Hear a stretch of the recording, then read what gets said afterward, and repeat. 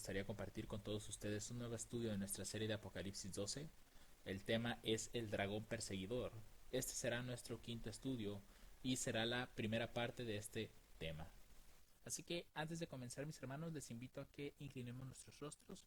Vamos a elevar una oración ante nuestro Dios. Vamos a orar.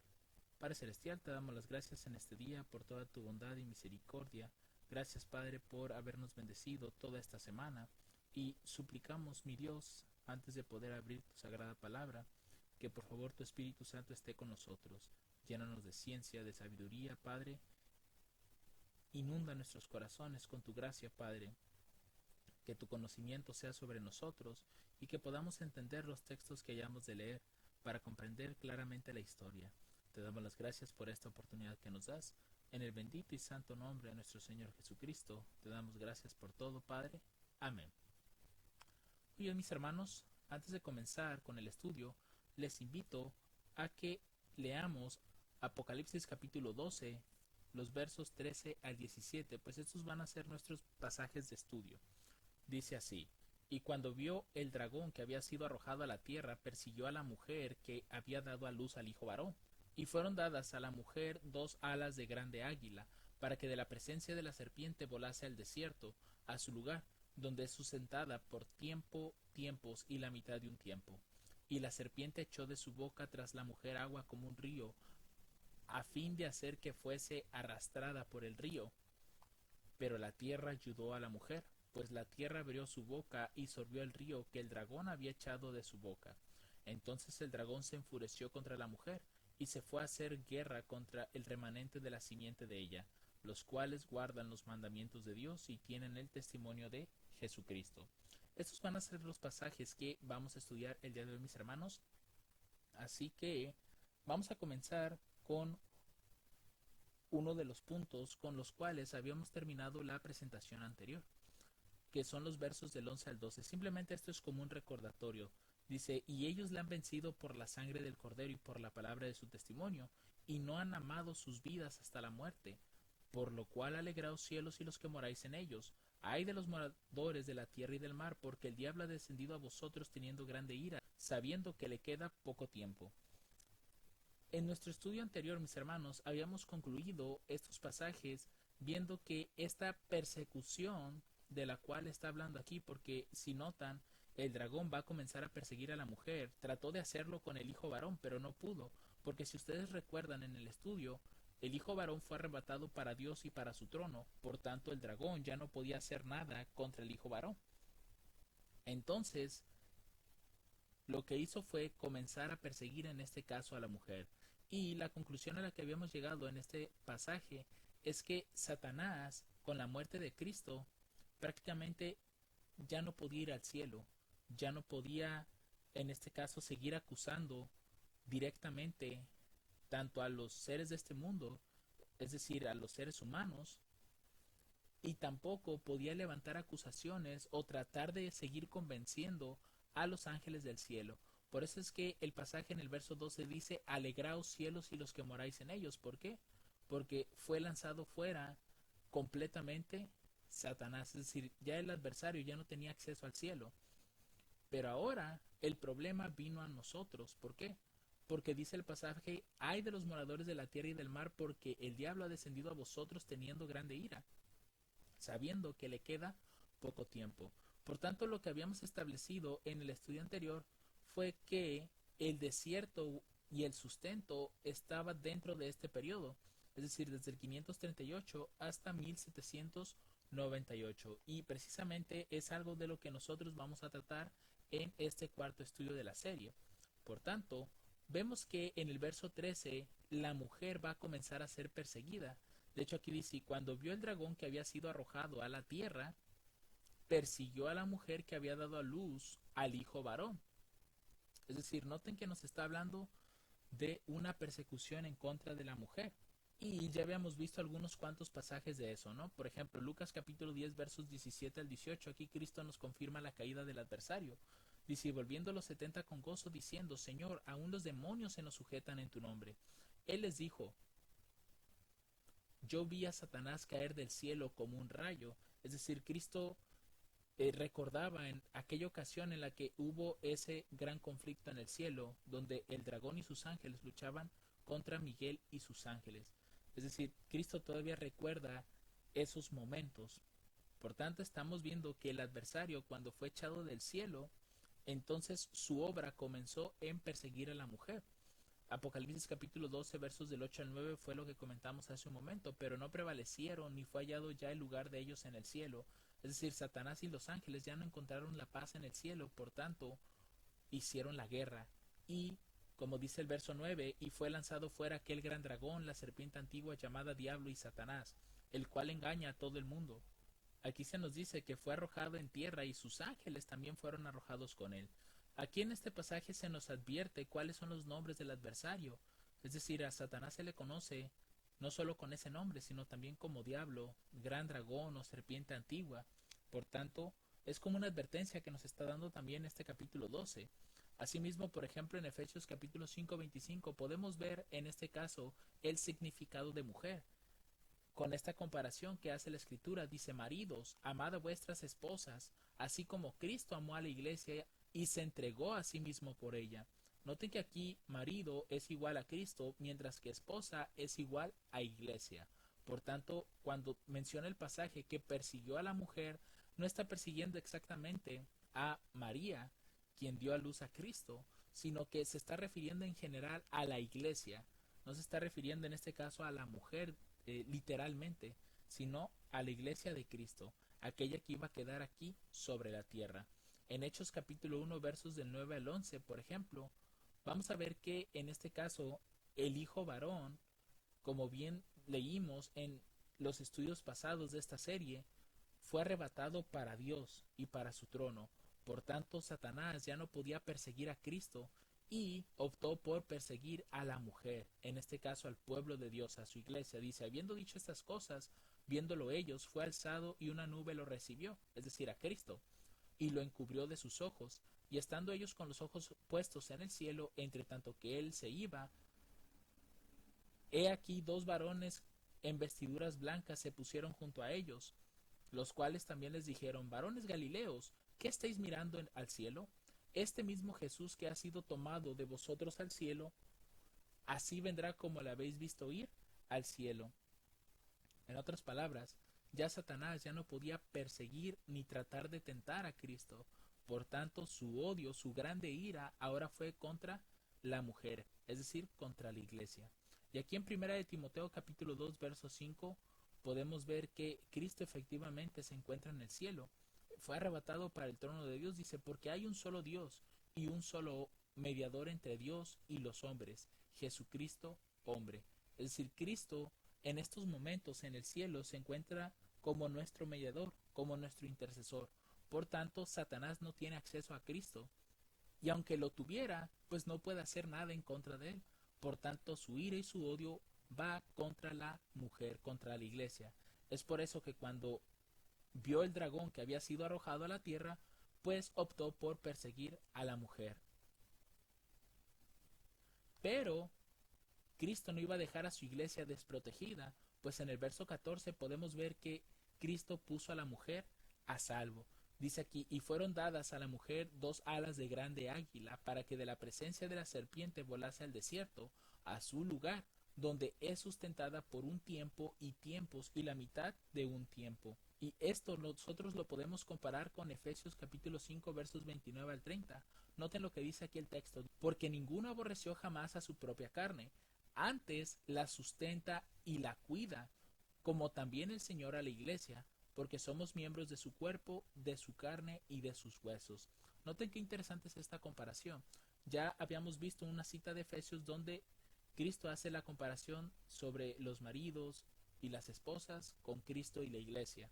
Y en este caso nos hace recordar también un poco acerca del Edén, cuando Dios dice acerca del matrimonio: dejará el hombre a su padre y a su madre y se unirá a su mujer, y los dos serán una sola carne. Y aquí estamos viendo también esa misma comparación, donde Cristo dice que nadie aborrece nunca su propio cuerpo, antes lo que hace es sustentarlo y cuidarlo. Así mismo es lo que hace Cristo por su iglesia: la sustenta y la cuida. Y aquí vemos ese ejemplo, ¿no? En el verso 14 de Apocalipsis 12, donde Menciona aquí que la mujer está siendo sustentada. Ahora bien, nosotros tenemos que entender varias cosas sobre este pasaje. Una, ¿qué son las alas de águila? Ya sabemos qué es la mujer, pero ¿qué son las alas de águila? Además, ¿qué es ese desierto del que se está hablando aquí? Ya sabemos quién es la serpiente, obviamente, pero aquí menciona el texto que al darle a la mujer las dos alas de grande águila fue para que de la presencia de la serpiente fuese al desierto. ¿Qué es ese sustento? Y finalmente, ¿qué es ese tiempo, tiempos y la mitad de un tiempo? En este caso vamos a comenzar con las alas de grande águila. ¿Qué representa esto en la Biblia, en la profecía sobre todo?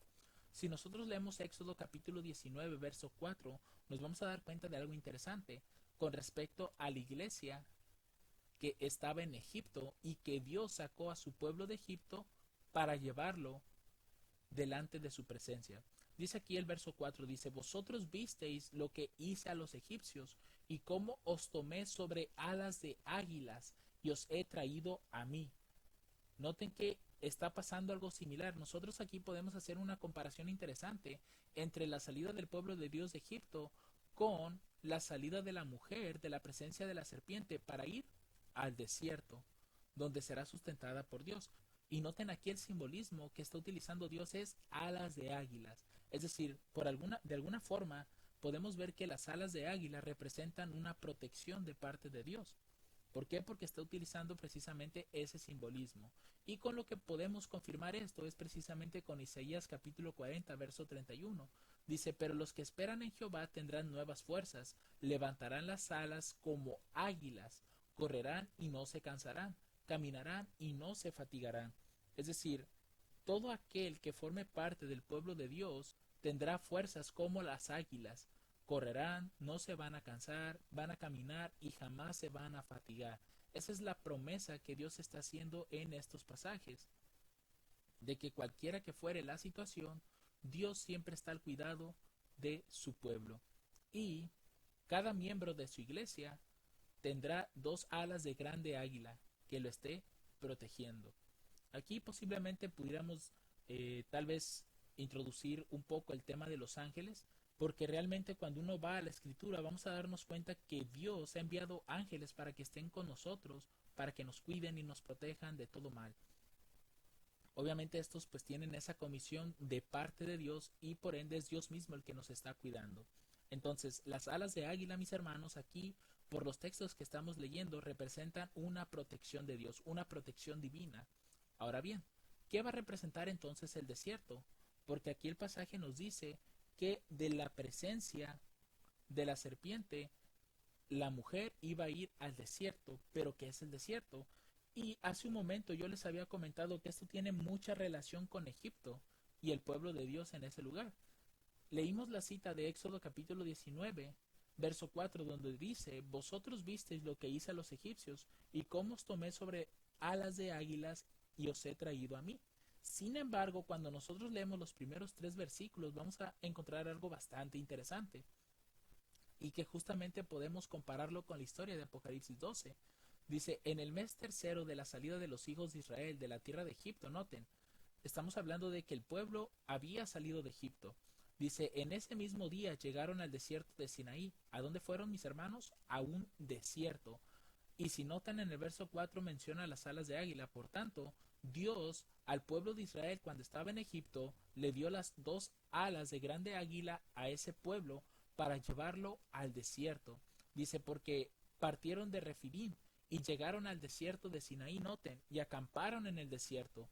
Y acampó allí Israel delante del monte. Y Moisés subió a Dios, y Jehová lo llamó desde el monte, diciendo, así dirás a la casa de Jacob y anunciarás a los hijos de Israel. Es decir, todo esto que nosotros estamos viendo aquí es que Dios sacó a su pueblo de Egipto con su protección, eso representa las alas de grande águila, y lo llevó al desierto, a su presencia. Y precisamente aquí podemos citar Ezequiel capítulo 29, verso 3, donde noten la gran similitud que encontramos, mis hermanos. Dice, habla y di, así dice Jehová el Señor, he aquí yo contra ti, Faraón, rey de Egipto, noten que está hablando de Egipto, el gran dragón que yace en medio de sus ríos, el cual dijo, mío es mi río y yo lo hice para mí. ¿Y de dónde estaba volando la mujer? De la presencia de la serpiente, que en el mismo capítulo se nos dice que la serpiente es el gran dragón o serpiente antigua. Por tanto, estamos viendo casi la misma historia. El pueblo de Dios, Israel, saliendo de Egipto, es decir, volando de la presencia del gran dragón, que es Egipto, para ir al desierto a la presencia de Dios. Y lo mismo estamos viendo en esta historia de Apocalipsis 12. Vemos a la mujer con las dos alas de grande águila, es decir, con la protección de Dios, siendo llevada de la presencia de la serpiente, aunque aquí pues no es Egipto, sino es el mismo dragón, es Satanás, volando de la presencia de ella al desierto. Aunque también más adelante vamos a ver que esta serpiente está representando, o este dragón está representando a un pueblo en específico. Pero por el momento así lo vamos a ver. Ahora bien, en Isaías capítulo 40, verso 31, pues es la parte que citamos. Es decir, que estas alas de grande águila son la protección de Dios y es casi la misma historia. Es decir, si nosotros quisiéramos entender también parte de la historia de Apocalipsis 12, con respecto a la persecución que hizo la serpiente en contra de la mujer, podemos ver esa historia reflejada también en Egipto con el pueblo de Israel. Cómo Dios la protegió, la sacó de ese lugar y es precisamente aquí donde nosotros vamos a entrar en el concepto del sustento. ¿Qué fue lo que hizo Dios por su pueblo cuando lo sacó en Egipto y lo llevó al desierto? Pues claramente lo sustentó. Y aquí algunos ejemplos. Éxodo capítulo 16, verso 31 al 36 dice, y la casa de Israel lo llamó maná, y era como semilla de cilantro blanco, y su sabor como de hojuelas con miel. Y dijo Moisés, esto es lo que Jehová ha mandado, llenarás un gomer de él para que se guarde para vuestros descendientes, a fin de que vean el pan que yo os di a comer en el desierto, cuando yo os saqué de la tierra de Egipto. Y dijo Moisés a Aarón, toma un vaso y pon en él un gomer lleno de maná y ponlo delante de Jehová para que sea guardado para vuestros descendientes. Y Aarón lo puso delante del testimonio para guardarlo, como Jehová lo mandó a Moisés. Así comieron los hijos de Israel maná 40 años. Noten cuánto sustento proveyó Dios aquí. Fue durante 40 años les proveyó maná, precisamente en el desierto, hasta que entraron en la tierra habitada. Maná comieron hasta que llegaron al término de la tierra de Canaán, y un gomer es la 10ª parte del efa. Lo que estamos viendo aquí claramente es que el maná fue el sustento para el pueblo de Israel durante el desierto, hasta que llegaron a la tierra prometida que era Canaán. Ahora, si vemos en otro pasaje, por ejemplo, en Deuteronomio capítulo 29, verso 5, vamos a darnos cuenta también de otro sustento que Dios hizo en el desierto. Y yo os he traído 40 años por el desierto. Por eso les mencionaba que esos 40 años fueron dentro del desierto donde Dios los sustentó con maná. Y aquí viene el otro sustento de Dios. Vuestra ropa no se ha envejecido sobre vosotros, ni vuestro calzado se ha envejecido sobre vuestros pies. ¿Qué está diciendo Dios aquí?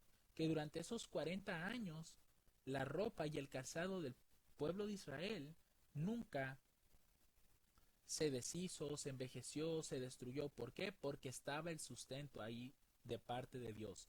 Esas alas de grande águila estaban sobre su pueblo. Pero esto no fue todo, mis hermanos.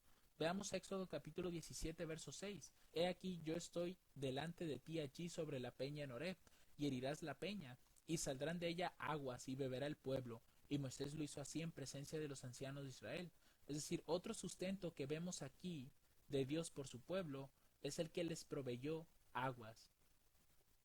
Tan solo imaginen ustedes un desierto donde todo lo que posiblemente veían los ojos de estos era pura arena, puro sol y muy posiblemente muy pocos árboles o algo así donde pudieran tener sombra.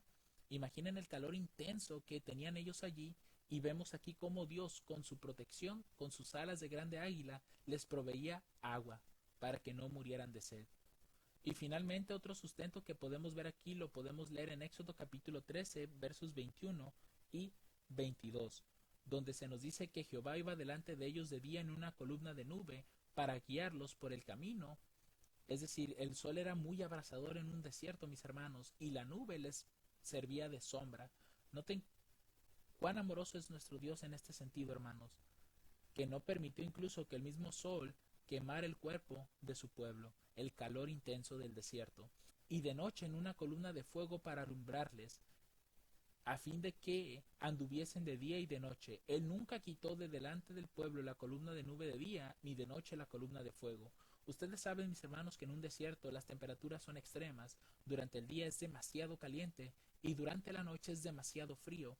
Por tanto, la nube les servía de sombra y obviamente iba a refrescar sus cuerpos, mientras que la columna de fuego les proveía calor para que el frío no les hiciera daño. Por tanto, aquí vemos que Dios usó una protección abundante con su pueblo. Les daba alimento, les daba agua, no permitió que su ropa ni su calzado quedara destruida durante todos esos 40 años y estaba con ellos en todo momento, a través de una nube y de una columna de fuego. Día y noche la presencia de Dios estaba con su pueblo, cuidándolos, como dice el texto, a manera de dos alas de grande águila. Entonces, este es el sustento que recibió el pueblo de Dios cuando salió de Egipto y fue al desierto durante esos 40 años.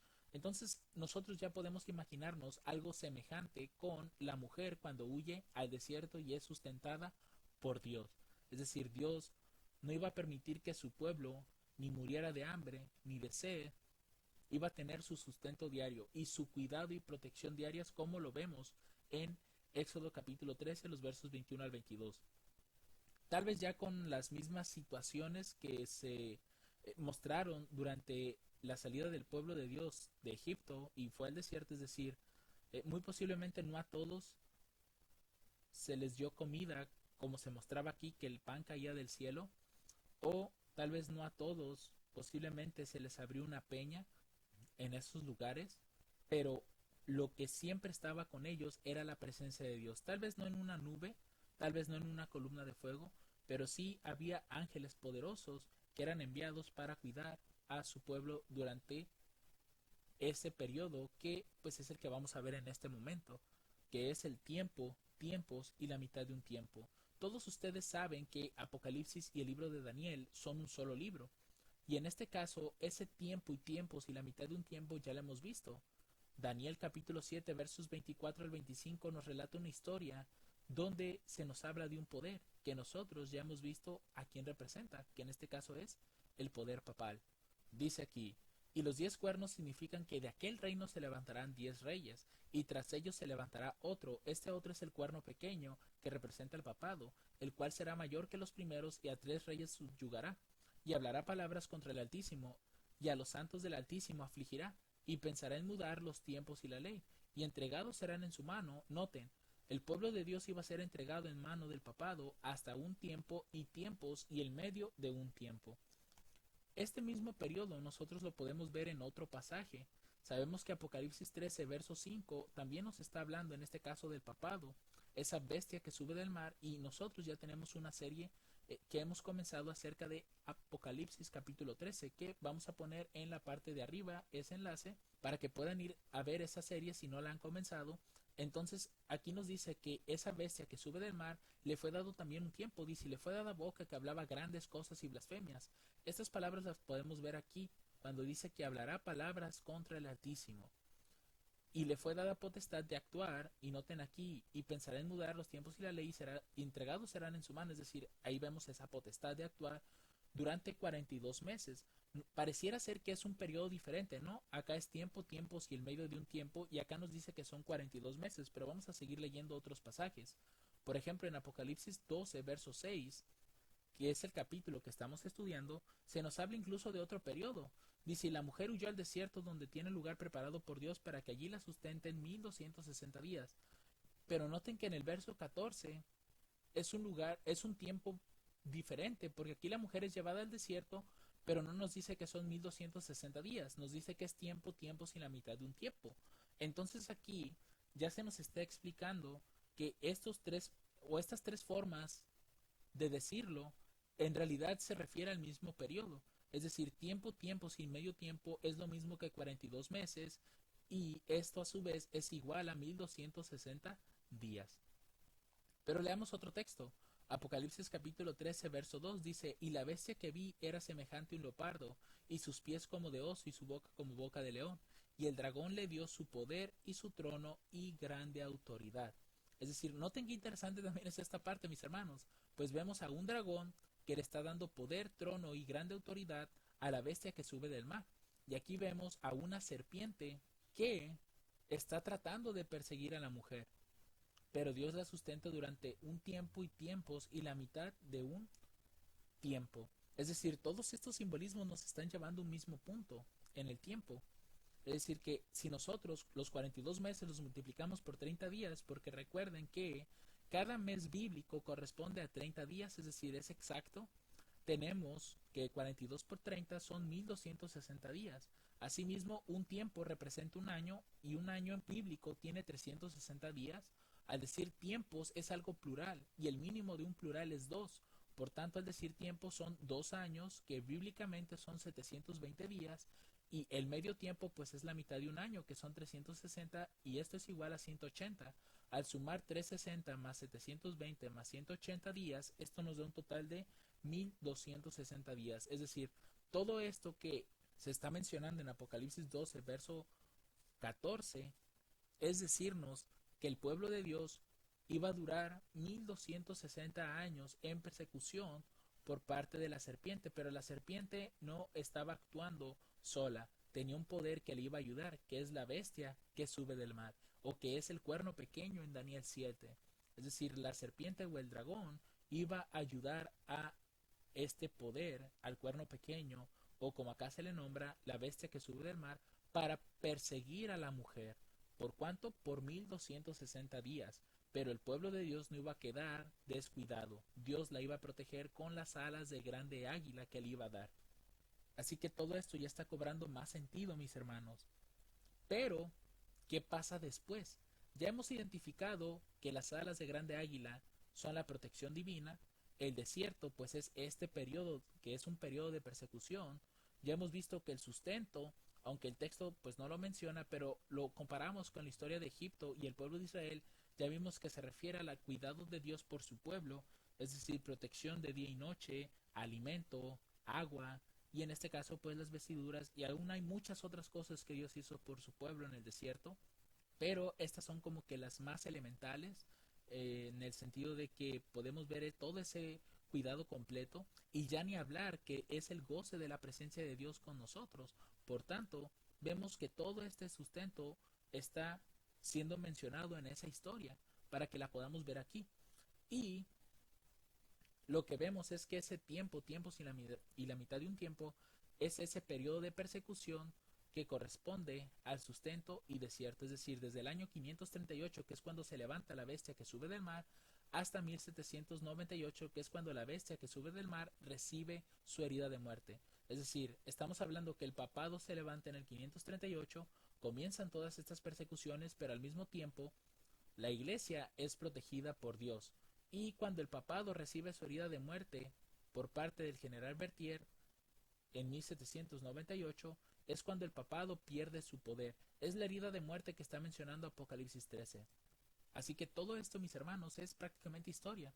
Pueden consultar cualquier libro de historia y van a poder corroborar todo esto. Ahora vamos a brincar al siguiente versículo porque está pasando algo interesante. Dice aquí el verso 15 que la serpiente echó de su boca tras la mujer agua como un río, a fin de hacer que fuese arrastrada por el río. Y lo que estamos viendo es que en Apocalipsis 17.1, por ejemplo, acerca de la gran ramera, que pues representa también al papado, nos dice aquí que y vino uno de los 7 ángeles que tenían las 7 copas y habló conmigo diciéndome, ven acá y te mostraré la condenación de la gran ramera, la que está sentada sobre muchas aguas. Noten qué interesante es esto, la gran ramera, es decir, el papado, está sentada sobre muchas aguas. ¿Y qué son las muchas aguas? Pues el mismo capítulo nos lo dice en el verso 15.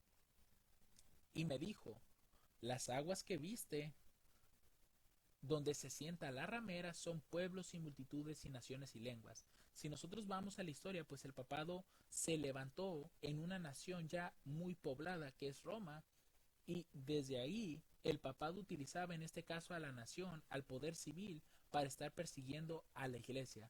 Es decir, al momento de que nosotros estamos leyendo en el verso 15 que el dragón o la serpiente echó de su boca un río para que el río arrastrara a la mujer, podemos verlo ya, ahora sí que interpretado, siendo los pueblos, las multitudes, las naciones y las lenguas persiguiendo a la mujer, persiguiendo a la iglesia, porque la iglesia por sí misma no tiene autoridad o poder, salvo que el poder civil esté de su lado.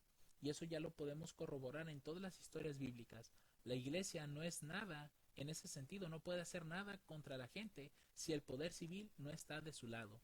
Pero, como ya hemos visto también en la Biblia, Dios nunca quiere que el poder civil se una con la iglesia. ¿Por qué? Porque da como resultado una persecución. Por eso es que Dios quiere mantener estas dos cosas separadas. En el momento en el que estas dos cosas comiencen nuevamente a unirse, va a volver a aparecer el papado prácticamente. Ahora bien, el verso 16 nos introduce aquí otro elemento que lo llama tierra, y este ayuda a la mujer. Dice, pero la tierra ayudó a la mujer, pues la tierra abrió su boca y sorbió el río que el dragón había echado de su boca. ¿Qué representará la tierra en este caso? ¿Por qué razón está ayudando a la mujer? Nosotros ya sabemos que el desierto pues representa ese periodo de tiempo de los 1260 años y representa un periodo de sustento. Pero al mismo tiempo, si lo quisiéramos ver ya en lo profético, el desierto es un lugar que prácticamente no tiene agua. Es un lugar desolado. Llega a haber agua, pero es demasiado escasa. Si lo vemos ya en profecía, pues un desierto tiene que ser un lugar prácticamente sin ningún habitante. Ahora, en el caso de la tierra, tiene que ser un lugar donde sí haya gente, pero no tanto como en el mar, que ese es el otro simbolismo que nosotros encontramos. En este caso, el mar, por ejemplo, ya vimos que representa pueblos, naciones, muchedumbres de gentes o multitud de lenguas. Por tanto, el mar representa un lugar muy poblado, la tierra representa un lugar muy poco poblado y el desierto tiene que ser un lugar donde prácticamente no haya nada de seres humanos. O si lo hay, pero pues es demasiado poco a comparación de la tierra. Y lo interesante de esto, mis hermanos, es que cuando vemos Apocalipsis 13, vemos que hay una bestia que sube del mar, es decir, de un lugar muy poblado, y después vemos otra bestia que sube de la tierra. Es decir, este poder, esta nación sube de un lugar poco poblado, y tenía dos cuernos semejantes a los de un cordero, pero hablaba como un dragón. Y esta es la parte interesante de esto, que en todo Apocalipsis, la única tierra que se menciona es aquí, en Apocalipsis 13, de donde nace la bestia que sube de ahí. Es decir, nosotros le llamamos la bestia que sube de la tierra. Y que también recuerden que está la serie donde estamos desarrollando toda esta historia de Apocalipsis 13. Pero lo que voy aquí, mis hermanos, es que, al parecer, hubo un lugar sobre la tierra que precisamente es de donde nace esta bestia que sube de la tierra, que estuvo ayudando a la mujer. ¿Haciendo qué cosa? Abriendo su boca para absorber el río que el dragón había echado de su boca. Esta parte de la historia, hermanos, cuando lleguemos a la parte 2 de este estudio va a estar súper interesante, porque vamos a ver que hubo una nación que nació, que en este caso es esta bestia que sube de la tierra. Esta fue la bestia que ayudó a la mujer. Y tenía, dice aquí, dos cuernos semejantes a los de un cordero. Por eso podemos ver que ayudó a la mujer. Sin embargo, ese mismo poder que ayuda a la mujer, posteriormente se convertirá, o hablará, mejor dicho, como un dragón. ¿Y el dragón qué fue lo que hizo en contra de la mujer? Pues abrió su boca para que fuera arrastrada por el río. Entonces, el mismo poder que ayudó a la mujer en su momento va a ser el mismo poder que terminará persiguiendo nuevamente a la mujer. Y bueno, concluimos, mis hermanos, con el versículo 17. Dice, entonces el dragón se enfureció contra la mujer y se fue a hacer guerra contra el remanente de la simiente de ella, los cuales guardan los mandamientos de Dios y tienen el testimonio de Jesucristo. Aquí pues encontramos diferentes símbolos. Ya sabemos quién es el dragón, ya sabemos quién es la mujer, pero aquí nos da una característica particular. ¿Qué es la mujer? ¿qué es lo que tiene ella para que el dragón se enfurezca contra ella? Bueno, para empezar, la mujer es un remanente y es un remanente que guarda los mandamientos de Dios y tienen el testimonio de Jesucristo. ¿Qué son estas cosas? Bueno, un remanente, de acuerdo a lo que dice Nehemías 1:3, el remanente, los que quedaron de la cautividad allí en la provincia están en gran mal y afrenta, y el muro de Jerusalén derribado, y sus puertas quemadas a fuego. Es decir, el remanente prácticamente es un pueblo muy pequeño que queda. Si vemos esta historia, pues el remanente fue los que quedaron después de que Babilonia invadió a Jerusalén. Es decir, aquellos que sobrevivieron, que fue algo pequeño, un grupo pequeño de personas. Por tanto, la iglesia tiene que ser poco pueblo de Dios. Ahora, ¿qué son los mandamientos? Mateo capítulo 19 versos 16 al 22, aquí lo vamos a citar directamente de la boca de Cristo. Y he aquí vino uno y le dijo, Maestro bueno, ¿qué bien haré para tener la vida eterna? Y él le dijo, ¿por qué me llamas bueno? Ninguno hay bueno sino uno, Dios. Y si quieres entrar en la vida, guarda los mandamientos. Él le dijo, ¿cuáles? Y Jesús dijo, no matarás, no cometerás adulterio, no hurtarás, no dirás falso testimonio, honra a tu padre y a tu madre, y amarás a tu prójimo como a ti mismo. El joven le dijo, todo esto he guardado desde mi juventud. ¿Qué más me falta? Jesús le dijo, si quieres ser perfecto, ve, vende lo que tienes y da a los pobres y tendrás tesoro en el cielo, y ven y sígueme. Y oyendo el joven esta palabra se fue triste porque tenía muchas posesiones. Ahora, en palabras de Cristo, ¿qué son los mandamientos? Pues son los que vemos en Éxodo 20, ¿cierto? No tendrás dioses ajenos. Aquí simplemente citó la parte que corresponde a los últimos 6 mandamientos, es decir, nuestros deberes con nuestro prójimo. Y de paso, pues le comento que también tenemos nosotros una serie con respecto a los mandamientos de Dios, donde estamos estableciendo si esta ley sigue siendo vigente para nosotros o no. También lo voy a dejar en un enlace en esta parte de aquí del video. Ahora, volviendo al punto, aquí Cristo le habla de los últimos 6 mandamientos. Entonces el joven le dice, bueno, yo todo eso lo he guardado. ¿Qué me falta? ¿Qué otra cosa hace falta? Y Cristo, sin citarlo textualmente, pero él está citando los primeros 4 mandamientos. ¿Por qué?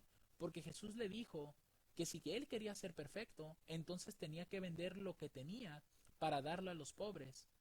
Era porque este joven, mis hermanos, su ídolo, su Dios, noten que está violando los primeros 4 mandamientos. Su Dios era el dinero, sus posesiones. Entonces Cristo quería que se deshiciera de ese Dios que él tenía. Pero el joven, como dice en el verso 22, oyendo esta palabra, se fue triste porque tenía muchas riquezas. Es decir, este joven rico amó más al dinero. Por tanto, este fue su Dios, este fue su ídolo. Él estaba violando los primeros 4 mandamientos de la ley, el cual dice sobre todo el primero, no tendrás otros dioses delante de mí. De hecho, esa parte nosotros la estamos explicando en esa serie que les comento sobre los mandamientos. Estamos viendo cada mandamiento y qué tanto puede abarcar ese mandamiento en nuestra vida diaria. Y precisamente este joven estaba violando esos primeros 4 mandamientos. ¿Por qué? Porque tenía otro ídolo, tenía otro Dios. Así que la mujer debe de estarte guardando esos 10 mandamientos que están siendo mencionados en Éxodo capítulo 20. Por eso es que se enfurece contra la mujer. Y finalmente, esta iglesia debe de tener el testimonio de Jesucristo, lo cual Apocalipsis 19:10 nos dice que es ese testimonio. Aquí dice que Juan se postró a sus pies para adorarle a un consiervo de él, a un ángel. Y él me dijo, mira, no lo hagas. Yo soy consiervo tuyo y de tus hermanos que tienen el testimonio de Jesús. Adora a Dios. Noten que los hermanos de Juan tenían el testimonio de Jesús. ¿Pero qué es ese testimonio? Pues a continuación lo va a decir ese ángel. Dice, porque el testimonio de Jesús es el espíritu de la profecía. Eso quiere decir, mis hermanos, con todo esto que estamos estudiando, que la mujer de los últimos días, la mujer que va a ser perseguida por el dragón, va a ser aquella mujer, es decir, aquella iglesia que guarde los 10 mandamientos, es decir, que los tenga vigentes como algo que tiene que respetarse, sobre todo el 4 mandamiento, que representa prácticamente quién es el verdadero Dios.